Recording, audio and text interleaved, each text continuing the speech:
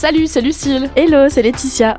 Alors on s'est dit que c'était la fin de l'année, c'est le moment festif, on fait des cadeaux, il y a des lumières dehors. On s'habille bien pour le repas de Noël. Exactement, j'ai sorti mon petit bonnet rouge de Mère Noël et donc du coup, quand on a réfléchi à nos idées, on s'est dit qu'est-ce qu'on peut faire de très festif, de très fin d'année, de très bûche de Noël, et on s'est dit on va parler du fascisme. Et du masculinisme, et parce de la que les montée. deux, ça va ensemble. Voilà, exactement. Si on a besoin d'une preuve, on en a une, enfin, récemment. Il y a 2 chiffres qui sont tombés récemment. Donc, ça m'a interpellée, ça nous a interpellé, ça a interpellé beaucoup de gens. Et d'ailleurs, ce chiffre devrait un peu plus tourner. Mais donc, selon Santé publique France, c'est un chiffre qui est tombé cet automne. Entre 2014 et 2023, le nombre de cas de VIH a augmenté de 41% pour les 15-24 ans. C'est même plus que les réductions au Black Friday. On est quand même sur un chiffre qui est extrêmement indécent, sachant qu'il y avait une petite parenthèse qu'on n'a pas vu trop quand ce chiffre a tourné. Il a baissé de 15% chez les adultes, ce qui montre qu'il y a quand même un effet de génération très très fort, et c'est une honte, ce chiffre, à plein de niveaux. Et si vous vous demandez quel est le rapport avec le masculinisme et le fascisme, vous inquiétez pas, on y vient. On y vient. Alors moi j'ai une autre petite parenthèse. Je rappelle que depuis janvier 2023, 1er janvier 2023, la gratuité des préservatifs en pharmacie a été mise en place par le gouvernement pour les moins de 26 ans. Donc vous pouvez aller en pharmacie, avoir des capotes gratuites. Et pourtant, il y a très peu de gens qui le font. Moi, j'en ai discuté un peu avec des jeunes de mon entourage qui me disent ouais, mais c'est un peu la honte. C'est vachement plus discret de les acheter à la caisse automatique de Monop ou de Carrefour ou quoi. Et j'ai été un peu surprise parce que vraiment, c'est des gamins, c'est des rats. Hein. Ouais. S'ils peuvent avoir des trucs gratos, en règle générale, c'est les premiers. Mais aller demander à la caisse et voilà. tout, ils aiment pas trop. Ça prouve en fait qu'il y a ce truc qui est toujours visiblement, c'est toujours un peu la honte d'aller acheter des capotes. Et moi, c'est un truc que j'ai jamais vraiment compris. Bah, nous, c'est pas ça, c'est qu'il y a un autre truc qu'on a connu et que les moins de 20 ans ne peuvent pas connaître. C'est le gros bocal à poisson, blindard de capotes, à la pharmacie, dans des lieux de fête, machin, où tu pouvais même piocher dedans, sans que personne te voie forcément. T'en prenais 3-4, tu les mettais dans tes poches, machin. Faut pas les garder trop longtemps dans son portefeuille ou ses poches, on rappelle. Mais le fait est qu'il y avait de la capote accessible, sans que tu sois obligé de le demander, gratuite, un peu partout. Et c'était une réalité. Et là, aujourd'hui, il faut aller demander, quoi. Bah, c'est ça. Et j'ai l'impression que ça plaît pas à tout le monde parce que y en a qui ont peur de se prendre des stops. Il y en a qui se disent, ouais, mais qu'est-ce que le pharmacien ou la pharmacienne va aller dire à mes parents ou ceci, cela. Alors, au pire, t'as vu le nombre de pharmacies qui en France fait 500 mètres de plus. Ça marche en région parisienne. Ça marche beaucoup moins dans les petits villages. Moi, je vois le village où j'ai grandi, il y a une pharmacie. Oui. Et tout le monde te connaît. Mais techniquement, on va faire un petit rappel de la loi. Les pharmaciens et pharmaciennes sont des professionnels de santé. Ils sont tenus au secret médical. Si votre pharmacien dit à votre daronne « Ah, machin a acheté des capotes aujourd'hui », c'est illégal. Bien sûr. Et normalement, ils sont pas censés le faire. Et si vous êtes daron ou daronne, achetez des capotes, mettez-les chez vous et dites aux enfants, je ne compterai pas les capotes, mais ils sont là dans la salle de bain, dans les toilettes, servez-vous si vous en avez besoin, et au moins tout le monde est... Je pense que malheureusement, à une époque, c'était un truc de santé publique. Et du coup, tout le monde participait à ça, à cette espèce d'effort. Il y avait l'éducation nationale, il y avait le gouvernement de manière générale, il y avait les lieux de fête. Et là, aujourd'hui, il faut que les parents se bougent un peu et se responsabilisent et se disent en fait moi-même j'ai des enfants qui commencent à entrer dans l'adolescence de plein pied, je préfère largement qu'ils utilisent des capotes plutôt que pas. Et si c'est moi qui finance ça, j'ai pas l'impression de financer leur sexualité, j'ai l'impression de financer leur santé en fait. Je pense qu'il faut que les parents en réalisent ça aussi. Et puis le truc c'est qu'en fait le sida, le VIH, on en a tellement parlé sur toute notre génération. Enfin moi je sais que vraiment j'ai grandi avec, on a commencé à m'en parler, je devais être en CE2, CM1 tu vois, pendant les cours de SVT. Et puis ça faisait partie de la culture de masse dans le sens où on en parlait aux infos, il y avait des publications scientifiques, il y avait des films sur le sujet, il y avait des images très chocs, il y avait des films. L'obélisque à Paris qui avait été recouverte par un préservatif par géant. Act Up, voilà, il y avait plein de choses qui ont été faites. Et en fait, puis il y avait Philadelphia, le film avec Tom Hanks. En fait, c'était vraiment un truc de culture de masse. Tout le monde baignait dans le fait qu'il y avait une épidémie gravissime et qu'il fallait faire quelque chose. Et tout le monde se sentait concerné. Et avec Internet maintenant, en fait, les gens ils partent du principe que c'est bon, tout le monde est au courant, il n'y a plus besoin de faire des grandes campagnes, il n'y a plus besoin d'en parler comme on en parlait avant. Et ça a des conséquences qui sont pas ouf, on peut s'en rendre compte. Et puis surtout, ces jeunes qui ne mettent pas de capote, ils ne prennent pas la PrEP. Parce qu'il existe la PrEP aujourd'hui, c'est-à-dire que nous, à l'époque, il y avait que la capote, il y avait pas d'autres alternatives. Mais aujourd'hui, il y a la PrEP qui existe, qui est un cachet qu'on peut se faire, qu'on peut avoir par son médecin en l'occurrence. Oui, qu'on peut se faire prescrire par son médecin traitant. Et voilà, et ça permet de ne pas attraper le VIH. Faut quand même aussi soit faire de l'éducation sur cette partie-là, mais je pense en vrai que, alors je vais venir au deuxième chiffre dont on va parler, parce que du coup il y a une logique. On va juste mettre une petite précision si vous voulez plus d'informations sur tout ce qui est VIH, traitement et compagnie. On avait fait un super épisode avec Super Séro, qui en plus fait énormément de vulgarisation sur le net et qui en ce moment se prend des grosses vagues de harcèlement. Allez suivre Super Séro sur Instagram, et il en parle, il a raison d'en parler, et donc allez le suivre. C'est quelqu'un qui fait de l'éducation gratuite en l'occurrence, et c'est très important, et qui est concerné en plus. Et du coup, en parlant de ça, il y a SIDAction qui a fait une petite enquête et vraiment très intelligente cette enquête, puisque elle met le doigt sur un truc très fort. Cette montée des contaminations, elle est corrélée à quelque chose. C'est la montée du masculinisme chez les jeunes, et que ça a des conséquences directement sur la santé sexuelle. C'est-à-dire que en fait, on parle du masculinisme de façon un peu chill en vrai, alors que c'est quand même quelque chose qui a donné lieu à des tueries de masse. Voilà, c'est quand même extrêmement grave le masculinisme, et c'est devenu quelque chose d'assez accepté. Sur YouTube, sur Twitch, sur des plateformes de création de contenu. Et donc, du coup, ça a aussi des conséquences sur la santé sexuelle, puisque... Alors, il y a plein de chiffres dans cette étude. Allez voir sur les réseaux sociaux, sur Instagram du SIDAction. Il y a des slides très bien faites avec tous les chiffres. Moi, je vous en donne que quelques-unes. 66% des jeunes entre 16 et 34 ans connaîtraient au moins un compte masculiniste en ligne, et donc consommeraient son contenu. Ça dépend si tu comptes si Thibaut InShape est un mascu ou pas. Oui. Donc, du coup, mais en tout cas, malgré tout, 66%, c'est énorme. La moitié, 1 sur 2, penserait que ces comptes disent enfin la vérité. C'est-à-dire que on a besoin que les hommes nous disent les vrais trucs parce qu'on les entend pas, parce qu'on nous ment. Et donc les masculins disent enfin la vérité. Et 40% pensent qu'être un homme, c'est prendre des risques dans la vie. Je ne sais pas. Ça a l'air très con déjà. Et dans sa sexualité, y compris sexuelle, exactement. Et donc du coup, je sais pas, le truc de prendre, on dirait un truc de Jackass. Être un homme, c'est prendre des risques. Ça veut tout dire et rien dire, mais surtout n'importe quoi. 31% se sentent plus puissants quand ils ne portent pas de préservatif.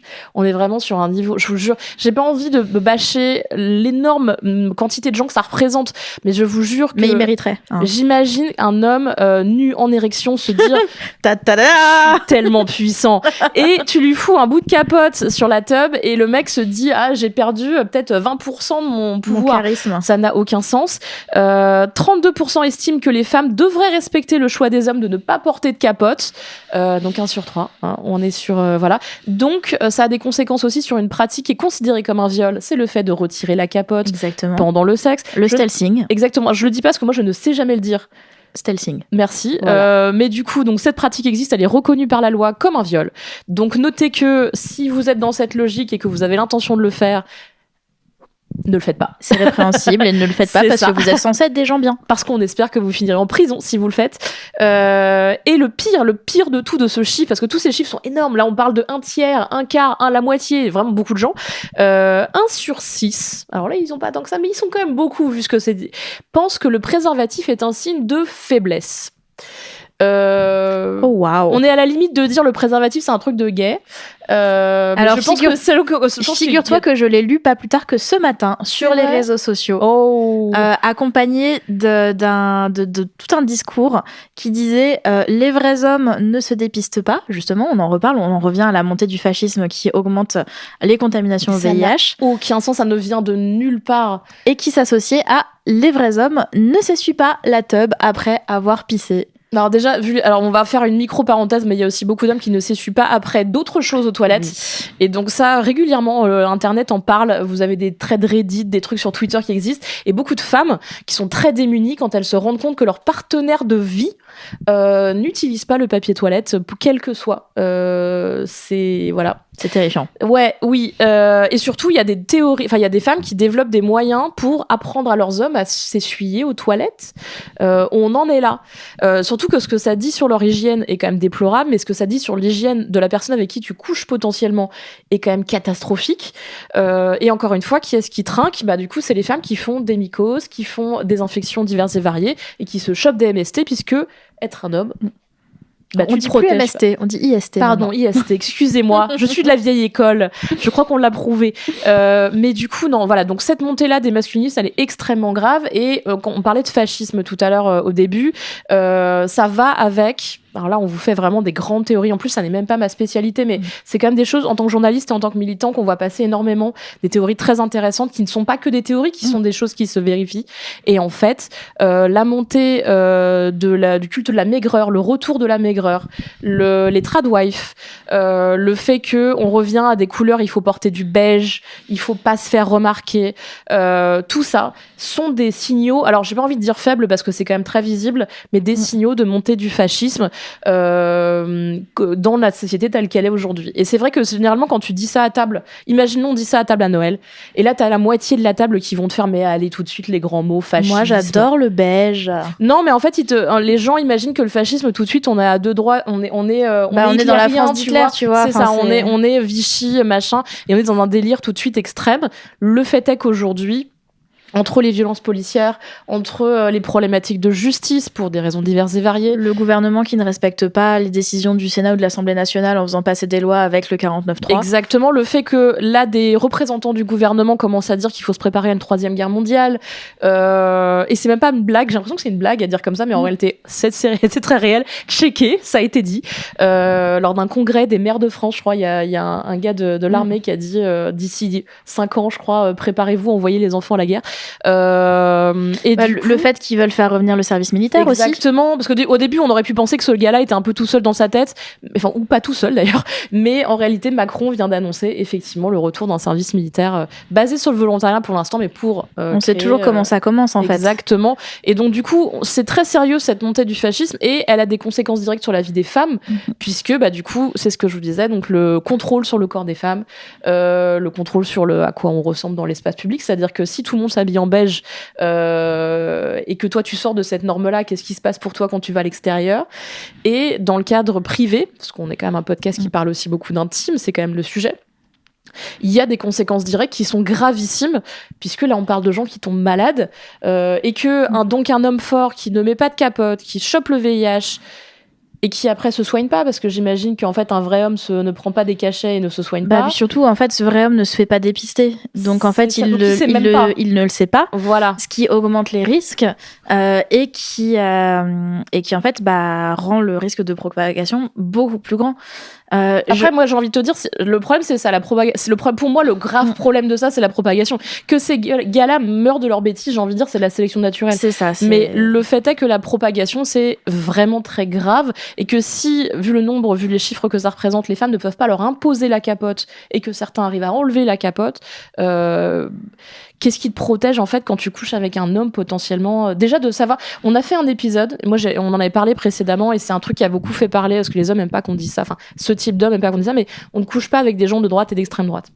Et là en fait on a affaire à des chiffres, ça représente un nombre d'hommes, on est au-delà même des convictions politiques, de gens qui vont s'afficher de droite et d'extrême droite. On est sur donc 66% qui regardent des comptes masculinistes ou qui en connaissent ou qui consomment ce genre de trucs. En fait, c'est-à-dire que si vous êtes sur Tinder ou sur n'importe quelle application de rencontre, imaginez combien de personnes ça représente. Tu vois, même moi qui faisais à l'époque où je couchais encore avec des hommes un screen assez précis en fonction des convictions politiques des uns et des autres, le nombre de mecs, et puis même parmi des potes à moi, des gens dont je suis très proche, qui me disent « Ah ouais, mais moi, tu sais, la capote, ça m'empêche de bander, ça me serre, les sensations, elles sont moins bonnes, blablabla. » est quand même assez impressionnant. Et en fait, c'est là que tu te rends compte que tous ces mecs-là sont prêts à faire passer leur plaisir avant leur santé et celle de leur partenaire. Et ça, c'est quelque chose qui me sidère personnellement. Dans la première partie de ta phrase, il y a quand même un truc fort, c'est le plaisir avant la santé, quoi. C'est ça. Et puis en plus, on parle de santé, on parle d'un truc vital. Enfin, je veux dire, on parle pas juste de faudra prendre quelques cachets, être tranquille après, quoi. On parle d'un vrai truc grave. Donc non, absurde, voilà, complètement non-sensique, dangereux. On va dire qu'on prêche un peu, enfin en tout cas moi, ma réflexion par rapport à ça, c'est que c'est une preuve supplémentaire que les femmes, alors idéalement, les bisexuels peuvent se prémunir de ça en disant j'arrête peut-être, ou je calme le jeu. Je suis un peu triste pour les femmes hétéros, mais là, du coup, se pose quand même la question de quelle est notre réponse en tant que femme, ou en tant que femme qui refuse le fascisme. Et je pense de plus en plus que ça devient difficile de justifier juste le goût pour les hommes, quoi. C'est ça, et puis en plus, on sait qu'il y a toujours ce risque parce que... il y a plein d'actrices et de célébrités qui ont des grands discours à base de « Ah, gna gna gna, moi je vais faire la grève du sexe ». Ok, ça marche très bien dans une société où tout va à peu près bien, etc. On sait que dans notre société, déjà, la plupart des victimes de viol, quand on leur dit, quand elles portent plainte, on leur dit « Ah oui, mais quand même, est-ce que c'est vraiment un viol ? Est-ce que vous auriez pas pu faire un effort ? Blablabla. » Il y a de nouveau les questions de devoir conjugal qui reviennent en ce moment, qui sont de nouveau à l'étude. Avec la tradwife, avec toutes ces problématiques, bien sûr. Il y a de plus en plus de gens qui disent « Oui, mais attends, quand même, ça va, au pire, tu le suces et c'est bon. » Il y a des discours comme ça qui refont une montée en puissance. Et on sait très bien que si on fait la grève du sexe, en fait, nos partenaires, ils vont juste prendre ce qu'ils ont envie de prendre. Et le fait qu'on soit pas d'accord, ça ne leur posera aucun problème. Il y a un truc, c'est qu'effectivement cette montée-là, elle vient de plein de sons de cloche différents, c'est-à-dire qu'elle vient du fait qu'à l'école on n'investisse pas réellement sur la santé sexuelle parce que c'est pas la faute des chefs d'établissement ou des profs, hein, c'est aussi beaucoup à cause du gouvernement en fait en l'occurrence. Globalement tout ça est quand même beaucoup la faute du gouvernement, mais ce propos très tradwife, très les hommes ont des besoins, très machin, j'en ai vu passer un cette semaine là-dessus, les influenceurs, les influenceuses, il y a beaucoup d'influenceurs, influenceuses qui ne sont pas des gens formés. On a déjà fait un épisode un peu là-dessus pour dire attention à où est-ce que vous prenez vos sources, à qui vous demandez des conseils, des gens qui n'ont absolument aucune formation, soit de journaliste, soit en santé sexuelle, soit en... Il y a des gens comme ça, et il y avait une personne qui a demandé à une influenceuse qu'elle suivait, je n'ai pas le nom de la personne, oui, je viens d'accoucher, mon mari a envie, qu'est-ce que je fais, je ne sais pas. Et l'influenceuse lui a répondu, oui, tu sais, les hommes ont des besoins. Et sur Twitter, ça s'énervait, à raison, encore une fois, à raison. Bien sûr. Il y a des personnes qui ont répondu, mais vous savez, on ne couche pas normalement pour des questions de santé, de se remettre, de machin. Je crois que c'est entre 4 à 6 semaines après l'accouchement. Donc là, je redonne cette info pour que ça infuse. Rappelez-vous-en. Non. Et donc, n'écoutez pas les influenceurs et les influenceuses qui vous racontent des conneries là-dessus.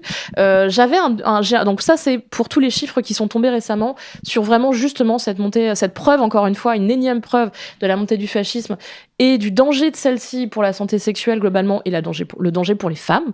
Parce que le fascisme, c'est aussi un danger pour toutes les personnes fragiles. Toutes les personnes fragiles, les personnes racisées, les personnes de la communauté LGBTQ. Bien sûr. Les personnes en situation de handicap. En fait, à partir du moment où vous faites partie d'une minorité, il faut le savoir, le fascisme, c'est pas bon pour vous. Techniquement, le fascisme, c'est bon pour personne, à part pour les hommes blancs, oui. 6-7, riches de préférence, mais c'est tout, en fait. Les fameux qui ne veulent pas mettre de capote. Les fameux qui ne veulent pas mettre de capote. Ils kiffent. Là, en ce moment, ils kiffent, ils adorent, ils vont adorer la suite. Et du coup, je pense que c'est le moment peut-être de réfléchir encore un peu plus collectivement, parce que quand ça touchait que les personnes trans, quand ça touchait que des personnes où parfois on se dit, j'en connais pas, c'est loin de moi, ça ne me concerne pas. Et là, vous imaginez que ça va concerner toutes les femmes. Voilà.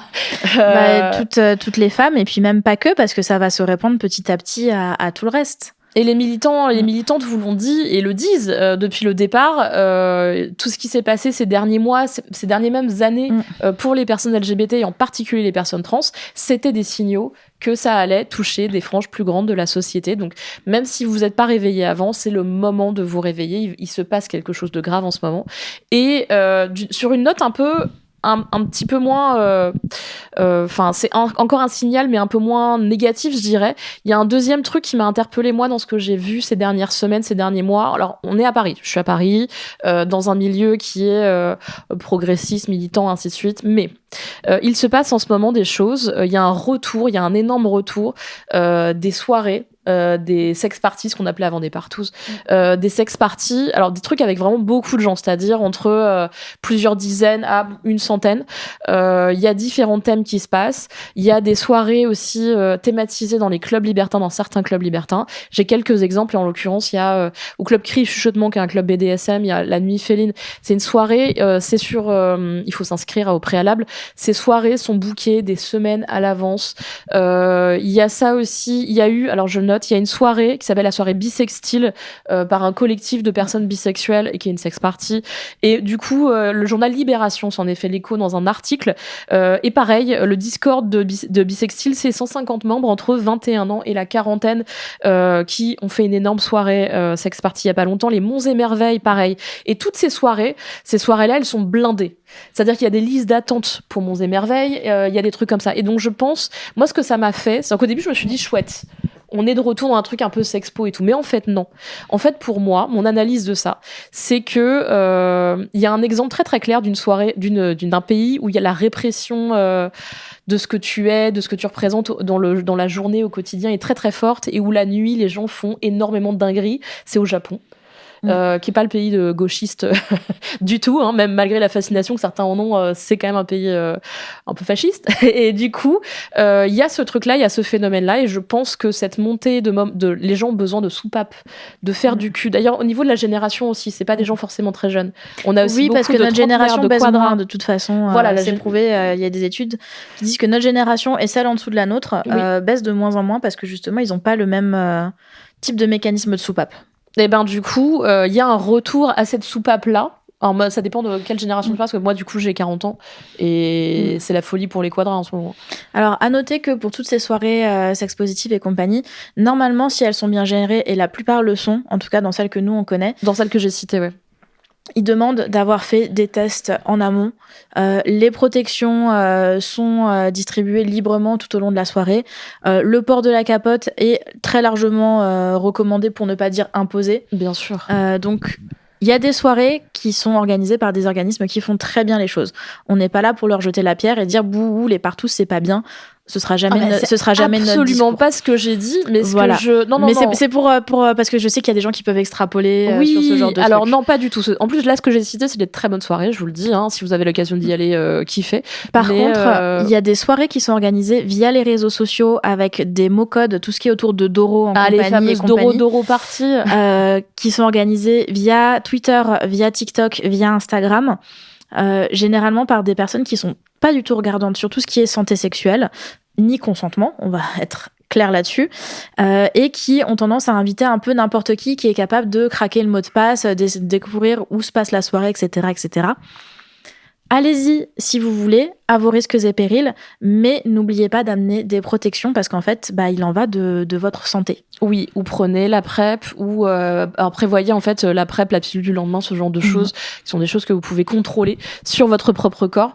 Effectivement, pour ce genre de soirée, c'est pour ça que là j'ai parlé de soirée avec un cadre, c'est-à-dire de soirée dans des lieux qui sont safe. D'ailleurs, les soirées que j'ai citées ont toutes un atelier consentement au départ, qui sont un atelier un peu icebreaker au début, où les personnes apprennent à dire non, apprennent à dire qu'elles n'ont pas envie, où tout le monde dit au départ, il y a une sorte de contrat, soit tacite, soit verbal, que on va respecter le consentement de tout le monde.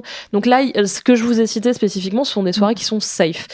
Il y a effectivement beaucoup de soirées pas safe, et effectivement, dans le cadre de cette espèce de recherche de soupape nocturne et tout, il y a des choses qui sont organisées qui sont beaucoup moins safe. Il faut faire un peu gaffe à ça, même beaucoup gaffe, en particulier si vous êtes une femme. Une femme ou une personne queer. C'est ça. Il y a des choses que vous pouvez faire de toute façon pour éviter les risques. Hein. Comme le disait Lucille, la PrEP, si vous arrivez à vous la faire prescrire, parce qu'en vrai, il y a beaucoup de médecins qui sont encore frileux là-dessus, parce que c'est considéré comme un truc de PD ou un truc de travailleur ou travailleuse du sexe, pour être très réducteur. La pilule le lendemain, les préservatifs, mais aussi tout ce qui est réduction des risques en matière de drogue et d'alcool, parce que y a beaucoup de personnes qui assistent à ces soirées qui ont une consommation qui n'est pas forcément raisonnée. c'est pas possible de contrôler la consommation des autres dans ce genre de soirée, hein, pour le coup. Quel que soit le type de soirée que vous allez faire, que ce soit avec 4 potes dans votre salon ou avec 300 personnes dans une rave party, vous pourrez jamais empêcher quelqu'un de se faire une trace dans les chiottes, hein. Mais vous pouvez en discuter avec vos partenaires sur ce genre de sex parties, savoir est-ce que c'est dans mon consentement si telle ou telle personne a pris de la drogue. Et normalement, si la personne en face de vous est honnête, elle vous dira j'ai pris de la drogue ou j'en ai pas pris.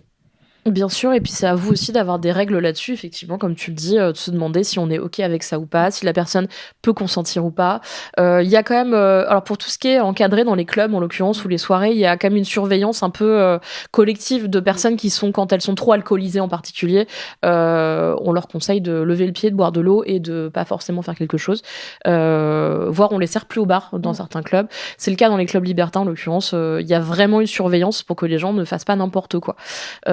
Sur la drogue et sur les toilettes, bah oui, du coup là malheureusement il n'y a pas de caméra. Et on peut pas faire grand chose.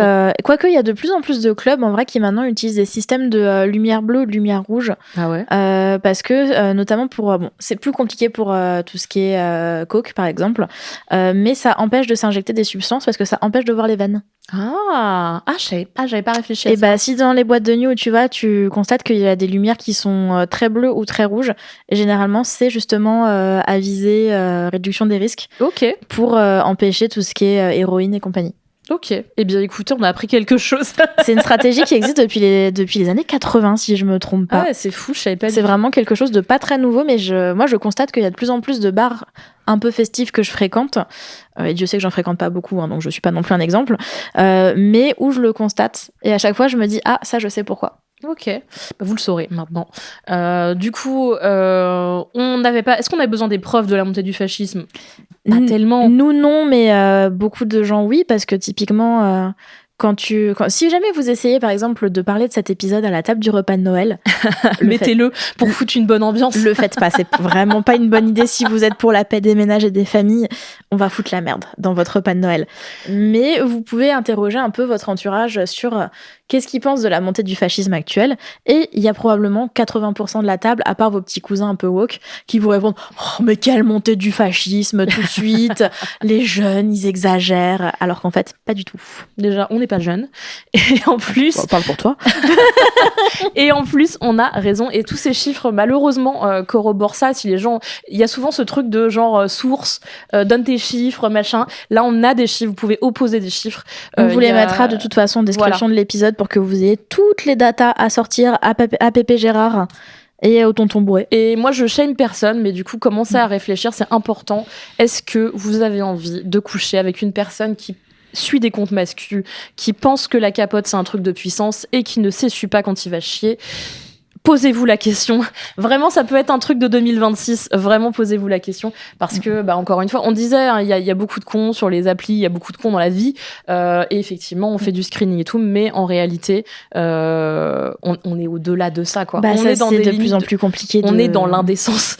Et donc, bah, voilà, on vous oppose ces informations pour que vous y réfléchissiez. Moi, en tout cas, moi, j'ai beaucoup été avec des hommes.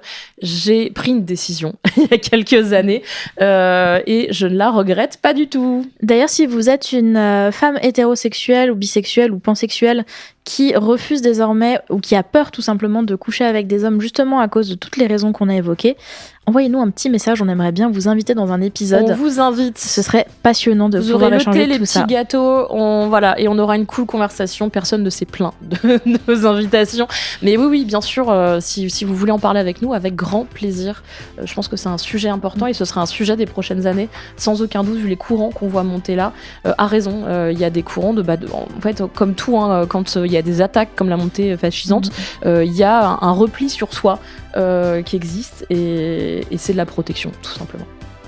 Et bien sûr, on va vous souhaiter un joyeux Noël, de joyeuses fêtes pour les personnes qui ne fêtent pas Noël.